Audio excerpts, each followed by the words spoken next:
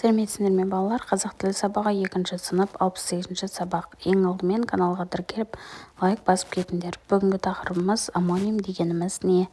14-ші жаттығуға қарайық. Мәтінді түсініп оқы. Балалар шу ете қалды.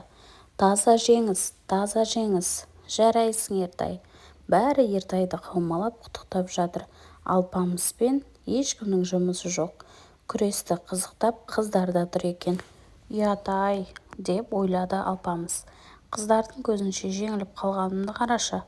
Сол оқиғадан бері Алпамыс күн сайын жаттығатын болды. Ертаймен қайта күресуге мықтап дайындалып жүр. Қазірдің өзінде Алпамыстың бұлшық-еттері білеуленіп, денесі ширығып қалды. Алпамыс намыс қой бала. Болашақта ел мақтайтын жігіт болатын түрі бар. Бауыржан Ғұбайдуллин. Мәтін мазмұны бойынша бір-біріңе сұрақ қойыңдар және жауап беріңдер. Мәтінге ат қой дейді. Жеңіс немесе намыс қой бала.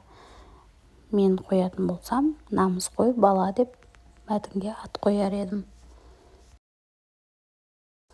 15-ші жаттығу түс сөзінің әр мағынасына сөйлем құрап жаз. Түс әртүрлі бояу, түс іс-қимыл атауы. Түс сөзіне сөйлем құрайтын болсақ, біріншіге маған ашық түстер ұнайды. Екінші, бүгін мен қорқынышты түс көрдім. Міне осылай сөйлем құрасақ болады екен балалар. Балалар, ережеге қарайық. Дыбысталуы бірдей, білдіретін мағыналары әр басқа сөздер амоним сөздер деп аталады. Мысалы, алма, жеміс, алма, қимыл атауы, сен оны алма деген сияқты. Осы ережені жаттап аламыз. 16-ші жаттығу сөздердің мағынасын түсіндір. Олардың әрқайсысына әртүрлі, екі түрлі мағынаны білдіретіндей сөйлемдер құра дейді. Мысалы, бас дегеніміз адамның басы, болмаса бір істің басы. Енді басталғалы жатқан істің басы деуге болады. Жерді аяқпен бас деген сияқты көптеген мағынасы бар. Сөйлем құрайтын болсақ, Асан аяғыңды тез-тез бас. Өкпе адамның дене мүшесінің бір мүшесі өкпе. Мысалы, тағы бір адам өкпелеу. Сол сияқты көп мағынасы бар екен.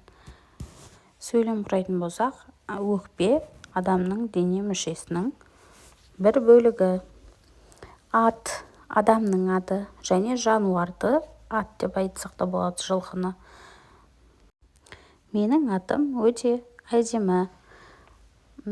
Келесі жүз деген санды айтуға болады және адамның бет жүзі.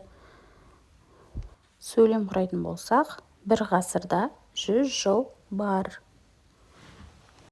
Келесі 17-ші жаттығу көркем жазып, қарамен жазылған сөздердің мағынасын түсіндір. Дүкеннен біз іздедік біз. Бұл жерде біз бірінші сөйлемде біз деп, ол жалпы адамдар, қасындағы адамдар барлығын айтып тұр. Ал іздедік біз деп аяқ киім тігетін бізді айтып тұр екен.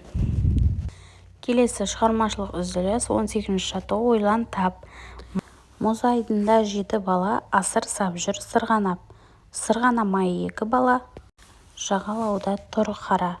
Енді осы бар баланың санын айтсаң жарадың. Сұлтан Қалиұлы. Қарамен жазылған сөздің амонимін тап дейді. Жалпы барлығы 7 бала сырғанап жүрсе және 2 бала қарап тұрса, қосамыз барлығы 9 бала екен. Енді қарамен жазылған сөз қара сөзі. Қара түсті білдіреді және қара маған қара, адамға қара деген сияқты мағынаны білдіреді. Жақсы балалар, сабағымыз аяқталды. Міндетті түрде каналға тіркеліп, лайк, комментарий қалдыруды ұмытпаңдар.